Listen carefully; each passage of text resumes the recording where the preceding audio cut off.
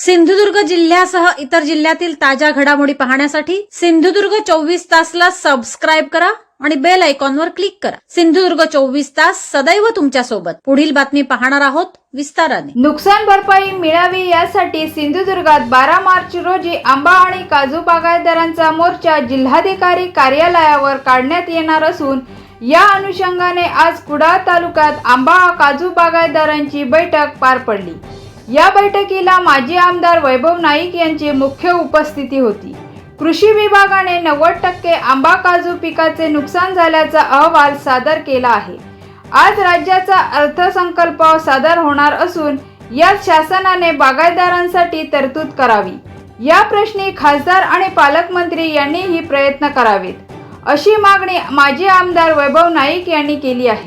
1000 तरी आंबा काजू बागायतदार त्या ठिकाणी जातील अशी आमचं नियोजन या ठिकाणी चालू आहे। त्या नियोजनासंदर्भात आम्ही या ठिकाणी आमदार वैभव नाईक यांच्या मार्गदर्शनाखाली इथे आम्ही बैठक बोलवली आहे। प्रमुख गावातील आंबा आणि काजू बागायतदार शेतकऱ्यांना या ठिकाणी आम्ही आज बोलवलं आहे आणि तसं आम्ही आज त्याचं नियोजन करत आहोत आणि येणाऱ्या 2-3 दिवसामध्ये प्रत्येक गावात जाऊन आंबा काजू बागायतदार शेतकरी जे आहेत त्यांच्या भेटी घेऊन तशा प्रकारचं नियोजन करून कुडाळ तालुक्यातून जास्तीत जास्त लोक आंबा काजू बागायतदार 12 मार्चच्या मोर्चात सहभागी होतील असं नियोजन आम्ही करणार आहोत। आज पण कुडाळ तालुक्यातील बागायतदारांची बैठक जिल्हा परिषद सदस्य रुपेश पावसकर, अमरसेन सावंत, सडवेलकर आणि सगळ्या शेतकऱ्यांबरोबर बैठक झाली आणि या बैठकीला जास्तीत जास्त संख्येने मोर्चाला उपस्थित राहण्याचं सगळ्यांना आवाहन केलेलं आहे।